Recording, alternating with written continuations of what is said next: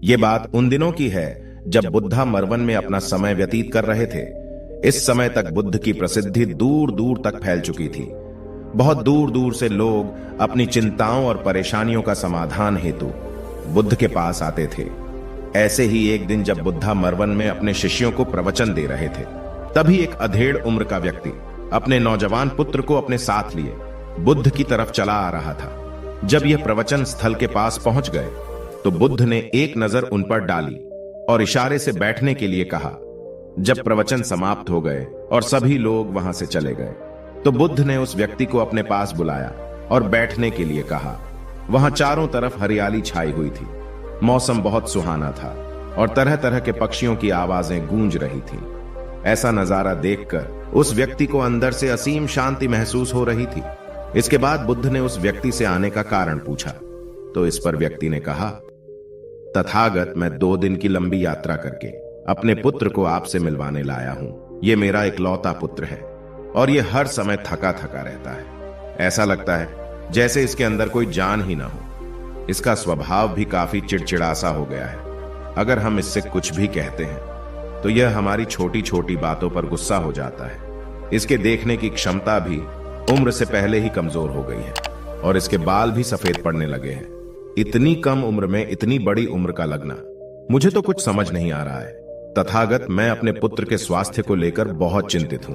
जब मैं अपने पुत्र को वेद जी के पास लेकर गया तो उन्होंने कुछ औषधि दी और कहा, अपने पुत्र को तनाव कम लेने के लिए कहो। वो अपने दिमाग में बहुत अधिक तनाव लेता है, इसलिए उसकी ऐसी हालत हो गई है। लेकिन मैंने उसको बहुत समझाने के बाद भी तनाव का मतलब समझ नहीं आया। मुझे नहीं पता कि तनाव होता क्या है, यह किन कारणों से आता है और उसे कैसे अपने पुत्र के दिमाग से निकालूं। लेकिन मुझे सबसे पहले तो यह समझना है कि तनाव होता क्या है। इसीलिए तथागत, मैं आपके पास आया हूं। कृपया आप मेरी समस्या का समाधान कीजिए। यह सुन बुद्ध उसके पुत्र को बड़े ध्यान से देखते हैं। उसके चेहरे को देखते हैं, उसकी आंखों को देखते हैं और फिर उसके हाथों की नब्ज को भी देखते हैं। यह सारी विधि करने के पश्चात बुद्ध उस व्यक्ति से कहते हैं कि तनाव लेना तो कोई नहीं चाहता, लेकिन फिर भी यह तनाव लोगों के दिमाग को दीमक की तरह पकड़ लेता है और व्यक्ति जान भी नहीं पाता है कि वह तनाव में जी रहा है। लेकिन अगर व्यक्ति तनाव के कारणों को अच्छे से समझ लेता है और तनाव के बारे में कोई ऐसा पैमाना बना लेता है जिससे वह जान सके कि वह कितने तनाव में है, तो वह इस समस्या का समाधान भी खोज सकता है। सबसे पहले तो तुम ये समझो कि तनाव होता क्या है। जब भी कोई व्यक्ति कोई काम कर रहा होता है लेकिन उसका मन कहीं दूर भटक रहा होता है, कल्पनाओं में होता है, तो उसके शरीर और मन के बीच एक दूरी पैदा हो जाती है।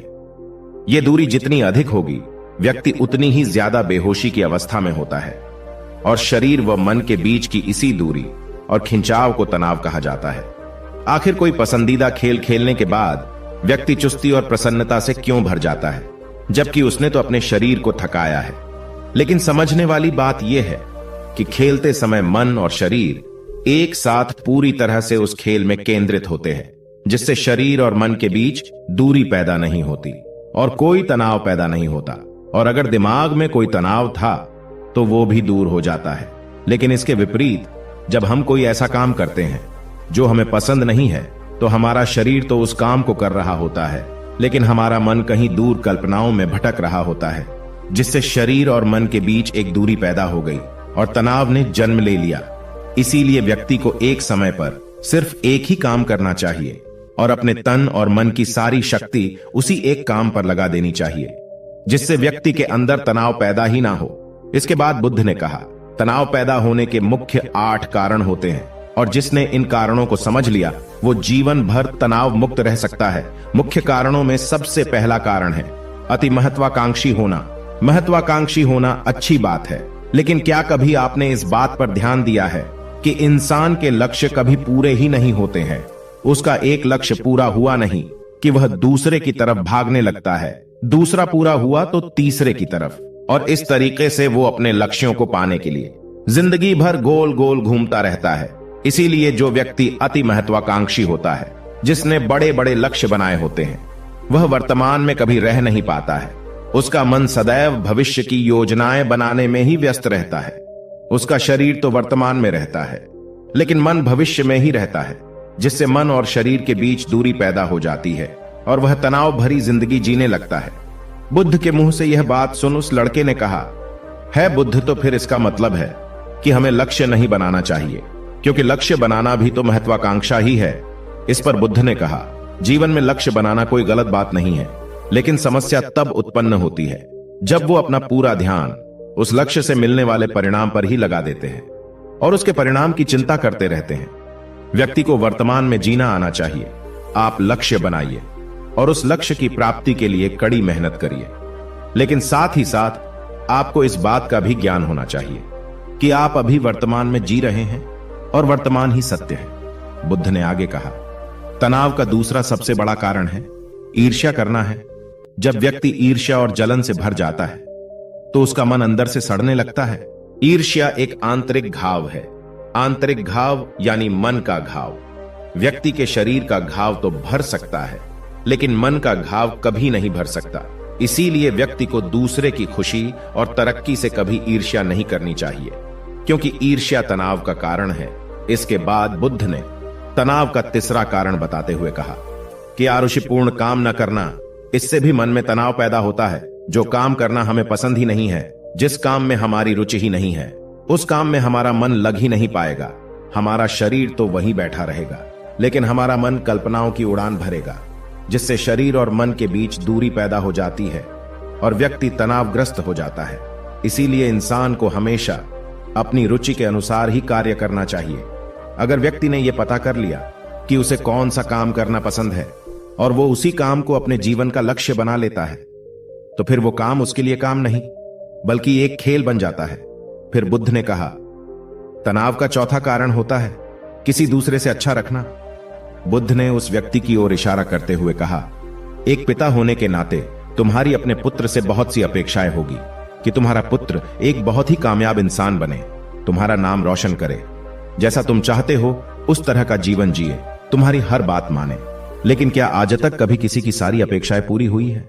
जब भी कोई व्यक्ति किसी दूसरे से कोई अपेक्षा रखने लगता है तो वो अनजाने में अपने लिए तनाव पैदा करने लगता है। जरा सोचो कि अगर तुम्हारा बेटा तुम्हारे अनुसार काम नहीं कर रहा है और वो नहीं बन पा रहा है जो तुम उसे बनाना चाहते हो, तो निश्चित रूप से तुम्हारे दिमाग को तनाव तुम्हें पकड़ लेगा।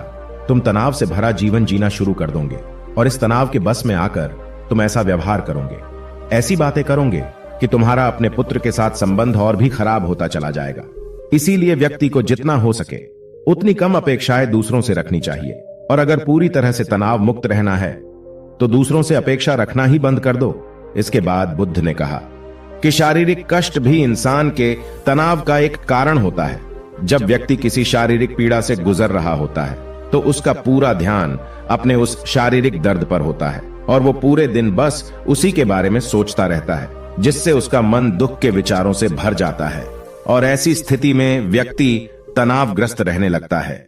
यह सुन उस व्यक्ति ने कहा कि हे बुद्ध, शारीरिक दुख तो किसी भी व्यक्ति को हो सकता है, तो फिर क्या हुआ?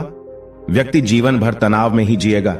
इसका जवाब देते हुए बुद्ध ने कहा कि इंसान को यह बात समझनी चाहिए कि हमारा जीवन दुखों का आधार है। जैसे जैसे हमारा जीवन आगे बढ़ता है, इसमें दुख आते हैं, बीमारियां आती है और फिर अंत में मृत्यु भी आती है। तो बीमारियां इंसान के जीवन का अभिन्न अंग है, कोई इनसे बच नहीं सकता। बस किसी किसी के जीवन में यह समय से पहले आ जाती है तो किसी के बाद में आती है। जब इंसान का मन इस बात को अच्छे से समझ लेगा तो फिर वह अपनी बीमारी के बारे में सोच सोच कर ज्यादा तनाव नहीं लेगा, क्योंकि यह हमारे जीवन का अभिन्न हिस्सा है और इसके लिए व्यक्ति को शारीरिक रूप से भी अभ्यास करते रहना चाहिए। अपने जीवन में व्यायाम और स्वस्थ जीवन शैली को भी जगह देनी चाहिए ताकि उसका शरीर लंबे समय तक निरोगी रहकर सही से काम कर सकें। तनाव का अगला कारण होता है अपनी योजनाओं को समझने के लिए समय न देना। कुछ लोगों के दिमाग में कोई विचार आया ही नहीं कि वो बिना सोचे समझे उस पर काम करना शुरू कर देते हैं, और जब उस काम में उन्हें असफलता मिलती है तो वह तनाव से भर जाते हैं, क्योंकि उन्होंने उस काम को शुरू करने से पहले उसके बारे में पूरी जानकारी इकट्ठा नहीं की थी। इंसान को कोई भी काम शुरू करने से पहले उसके अच्छे और बुरे परिणामों के बारे में ठीक से सोच विचार कर लेना चाहिए। इंसान को इस बारे में भी सोच लेना चाहिए कि अगर ये योजना सफल नहीं हुई तो फिर इसके बाद मैं क्या करूंगा। इसलिए व्यक्ति को अपनी योजनाओं को ठीक से समझने के लिए पूरा समय देना चाहिए, ताकि बाद में उस योजना की वजह से तनाव पैदा ना हो। तनाव का 7वां सबसे बड़ा कारण है टाल मटोल करना, आज के काम को कल पर टालना। आप लोगों ने यह कहावत तो सुनी होगी कि आलस्य इंसान के शरीर का सबसे बड़ा शत्रु है। इंसान आलस्य की वजह से आज के काम को कल के लिए टाल देता है और फिर काम को टालना उसकी आदत बन जाती है। काम को कल पर टालने वाले व्यक्ति का काम कभी भी समय पर पूरा नहीं हो पाता है, और अगर किसी तरह से पूरा हो भी जाता है तो वह उतना अच्छा नहीं हो पाता है जितना अच्छा उसे किया जा सकता था, और फिर यह बात व्यक्ति के अंदर तनाव पैदा करती है। लेकिन काम को टालना या काम को एकदम अंत समय पर करना एक आदत है, इसीलिए व्यक्ति ना चाहते हुए भी बार बार अपनी इस आदत का शिकार बन जाता है और काम को टालता रहता है। और फिर जब काम की समय सीमा पास आ जाती है तो वह तनाव से भरकर काम को पूरा करने का प्रयास करता है। इसीलिए तनाव मुक्त रहने के लिए व्यक्ति को काम को टालने की आदत छोड़नी पड़ेगी, और यह तभी संभव है जब व्यक्ति काम को समय से पहले खत्म करने का निश्चय करे। सबसे आखिरी और सबसे प्रमुख कारण जो तनाव का होता है वो है ज्यादा सोचना। लगातार सोचते रहना भी एक बीमारी है, और यह उस व्यक्ति में सबसे ज्यादा पाई जाती है जो सिर्फ कल्पनाएं करता है, जो अतीत की घटनाओं और भविष्य की बातों के बारे में सोचता रहता है, जो बेवजह के अनुमान लगाता रहता है। इसीलिए व्यक्ति को ज्यादा सोचने की आदत पर लगाम लगाना चाहिए। इसके लिए जितना हो सके खुद को काम में व्यस्त रखना चाहिए, और हर दिन ध्यान का अभ्यास करने को अपने जीवन का हिस्सा बना लेना चाहिए। बुद्ध के मुंह से यह सारी बातें सुनकर उस व्यक्ति ने हाथ जोड़कर कहा, बुद्ध, मेरा पुत्र तो अभी मात्र 20 वर्ष का ही है और इसमें अभी इतनी समझ भी नहीं है कि यह आपकी बताई सारी बातों का एक साथ पालन कर सकें। आप कृपया करके तनाव मुक्त रहने का कोई आसान सा तरीका बता दें, जिससे मेरा बेटा उसका अनुसरण भी कर सके और तनाव मुक्त भी रह सके। उस व्यक्ति की यह प्रार्थना सुन बुद्ध ने कुछ सोचते हुए जवाब दिया, अगर तुम इतनी सारी बातों का पालन नहीं कर सकते हैं तो इसके लिए एक बहुत ही आसान विधि है। तुम एक बार मैं एक काम को करने पर ध्यान लगाओ। जो भी काम कर रहे हो उस समय पर सिर्फ उसी काम को करो, सिर्फ उस पर ही अपना पूरा ध्यान लगाओ।